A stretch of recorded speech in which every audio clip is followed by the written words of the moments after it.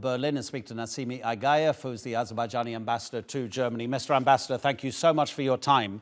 Before we get onto the current situation, do you mind taking us back to 3 years ago, the 44-day war, which it seemed as if Azerbaijan had achieved an overwhelming victory? And just to remind viewers that Karabakh is considered under international law to be Azerbaijani territory, illegally occupied by Armenia for decades. But when that 44-day war was happening, how come Azerbaijan wasn't able to do what it needed to do and has had to return to Karabakh for this military operation? Thank you very much. So you're right. 30 years ago, Armenia committed a genocide against 1 million Azerbaijani people, occupying 20% of Azerbaijan's sovereign territory, expelling all these civilians from their homelands. And for 30 years, Azerbaijan was waiting for justice, for the restoration of international law and the restoration of its territorial integrity. In 2020, this 44-day war happened, and Azerbaijan was able to liberate large parts of the occupied territory from the occupation and restore its sovereignty over these territories. And what we see, of course, in those areas, it's total devastation. 10,000 square kilometers of Azerbaijan's territory has been destroyed, leveled to the ground. 900 villages, 7 cities are all gone. These are all houses of Azerbaijanis who were displaced from their homelands. And now, of course, Azerbaijan has to rebuild all these areas. And the war ended on November 8th, and that was also the sign that Azerbaijan wanted a peace as soon as possible, that the calm returned to the region. And of course, the following years, Azerbaijan has tried to negotiate and also with Armenia. The peace talks have been held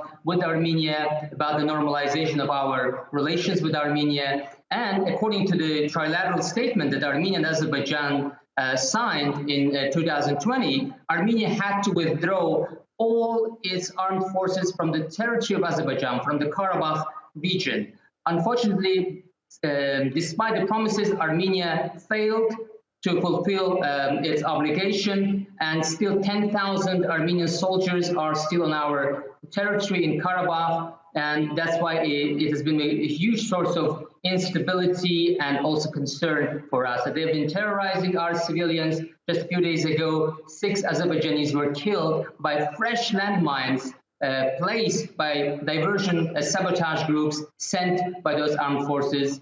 And that's why it's been, of course, a source of instability, and Azerbaijan had to take these local counterterrorism measures, just limited character, which has lasted just 1 day. And within 1 day, of course, Azerbaijan reached its goal. The idea was only to target military infrastructure, not the civilian infrastructure. All measures have been taken to avoid any damage to the civilians in Nagorno, in Karabakh region of Azerbaijan. Okay, if this, Mr. Ambassador, if you don't mind, if this is the final step, possibly mid-step, towards finally Karabakh being fully returned to Azerbaijani control and it being, as it historically has been, part of your nation, do you feel as if the ethnic identity of that place may change? I mean, maybe Baku wants it to change, because Nikol Pashinyan, the Armenian Prime Minister, a couple of hours ago,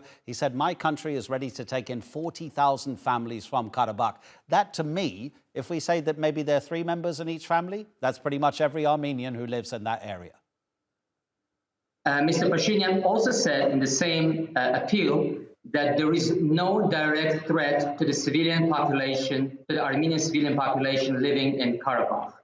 Azerbaijan suggests the full reintegration of Armenians living in Karabakh as equal Azerbaijani citizens with all rights and security. Azerbaijan is ready to grant all rights to the our future Armenian citizens living there, cultural, religious, municipal, electoral rights, and all other rights enjoyed by all other citizens of Azerbaijan. Azerbaijan is a multi-confessional, multicultural, multi-ethnic country. We have so many national minorities living in the country in absolute harmony and coexistence. So that's why we think it's also possible to have this kind of coexistence, peaceful, harmonious coexistence in Karabakh, and have Armenians as our citizens there. Our president also mentioned it yesterday in an appeal that Armenians are our citizens and will enjoy all rights, and together we will build a new future for us in Azerbaijan, for all of us in Azerbaijan. So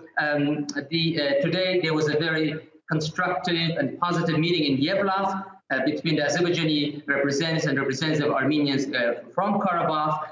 It was in a very positive atmosphere, and there was a request from the Armenian side to send humanitarian aid to Karabakh, like fuel and food, and Azerbaijan will do it very soon. That we are ready. Of course, we have a very 30-year-long history of grievances, etc., but we are ready to close that chapter, the chapter of conflict, but we are ready to open a new chapter with Armenian people, and also the peace with Armenia. That's also on our agenda, to achieve peace, denormalization with the Republic of Armenia as soon as possible, based on the recognition of territorial integrity, mutual recognition of territorial integrity of both republics, and build a peaceful region, South Caucasus region, together. That's our goal. How important do you think Russia is in this entire process? And quite clearly, the immediate concern are the talks that are happening and to get the separatists to give up their weapons. But do you see a long-term future in which Russian peacekeepers would be there just to make sure that there isn't another flare-up? So the agreement that was achieved yesterday and that has suspended these counter-terrorism measures was the total disarmament of the remnants of the armed forces there, but also the withdrawal of Armenia's armed forces from Azerbaijan's territory. So, and today in Yerevan, this was also discussed, that these commitments and these should be fulfilled as soon as possible, because Azerbaijan cannot tolerate a gray zone of unlawfulness on its own sovereign territory, and no country in the world would tolerate such thing, that there would be armed soldiers, armed people terrorizing your civilian population and creating huge threats for your population. As for Russian peacekeepers, according to the trilateral statement from 2020, they are temporarily deployed in the Karabakh region of Azerbaijan. And of course, it's now hypothetical to speak about anything now about the future of the peacekeepers in Karabakh. But as of now, Azerbaijan, of course, is in contact with the peacekeepers in the region, and this situation now is continuing. And also, it's very important to mention that Azerbaijan's goal is the full sovereignty over its own territory, and that's our right in line with international law. Ambassador Nasimi Aghayev, as I said at the start of the interview, thank you so much indeed for your time. We appreciate it.